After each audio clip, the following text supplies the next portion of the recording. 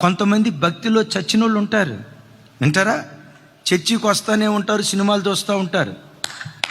చర్చికి వస్తూనే ఉంటారు, మంది వేస్తూ ఉంటారు. చర్చికి వస్తూనే ఉంటారు, రకరకాల దరిద్రపు కార్యక్రమాలు చేస్తూనే ఉంటారు. ఎవరు వీళ్ళు? చచ్చినోళ్ళు. దేవుని మందిరానికి వస్తూనే ఉంటాడు, చేసే పనికి మళ్ళీ కార్యక్రమాలు చేస్తాడు. వాక్యం ఏమంటుందో తెలుసా? చచ్చిన శవాన్ని ముడితే చాలు అపవిత్రుడై. దీని అర్థం ఏంటో తెలుసా? చచ్చినోళ్ళ మధ్యలో నువ్వు బ్రతికితే నీ ఆత్మ కూడా చేస్తుంది. ఓ తమ్ముడు బాప్తిస్మం తీసుకొని గతంలో ఎవరితోనైతే స్నేహం చేసేవాడు ఈ మందు బాబులతో తిరుగుతున్నాడు. తమ్ముడా, ఏం తమ్ముడా అన్నాను.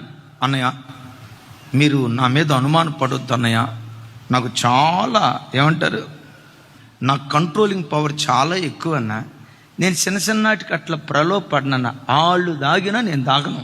నా కంట్రోలింగ్ పవర్ చాలా ఎక్కువ అన్న, నేను అట్లా టెంప్ట్గానన్నా అన్నాడు. ఒరే నాయనా, దేవుని వాక్యం కంటే ఎవడు గొప్పోడు కాదు కదా. మోసపోకుడి, దుష్ట సాంగత్యము మంచి నడవడిని చెరిపేస్తని వాక్యంలో రాస్తుంది. నువ్వు భక్తి కలిగినోడు రా, బాప్తిస్మం తీసుకున్న వాడివి, మారు మనసు పొందినోడివి, ఆ దురలవాట్లన్నింటినీ విడిచిపెట్టి ప్రభు దగ్గరికి వచ్చినోడు, ఆ త్రాగుబోతుల వైపు తిరిగితే మరలా నీ భక్తి పాడైపోద్ది అని అంటాడు. అన్న, మొన్ననే దివాన్ దాబా ఆ పక్కన ఒక హోటల్ ఉంటే వెళ్ళాం. వాళ్ళు బాటిల్లో మందు పోసుకొని, గ్లాసులో మందు పోసుకొని తాగుతా ఉంటే నేను చూసి కూడా తాగల. నేనేం తాగానో తెలుసా అన్న? థమ్సప్ తాగానన్నా, నాకు అంత కంట్రోల్ పవర్ ఉందన్నా అన్నాడు. వద్దురా తమ్ముడా, పీనుగలు కాళ్ళకు తగిలి తుట్టిల్లిపోతాం. వాక్యం ఉంటుంది. దినాలు అట్లా సాగుతున్నాయి. బాధాకరమైన సంగతి ఏంటో తెలుసా?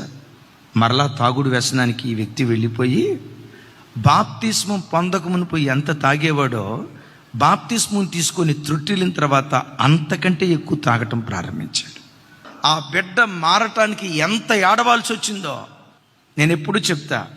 మండే వ్యక్తులతో స్నేహం చేయి, నీ అంతరంగం మండటం ప్రారంభిస్తుంది. వెలిగే వ్యక్తులతో స్నేహం చేయి, నీ అంతరంగం వెలగటం ప్రారంభిస్తుంది. ప్రార్థించే ప్రార్థనాపరులతో స్నేహం చేయి, నీ ఆత్మదీపం కూడా ప్రార్థన కొరకు రగల్చబట్టానికి దేవుడు కృప చూపిస్తాడు.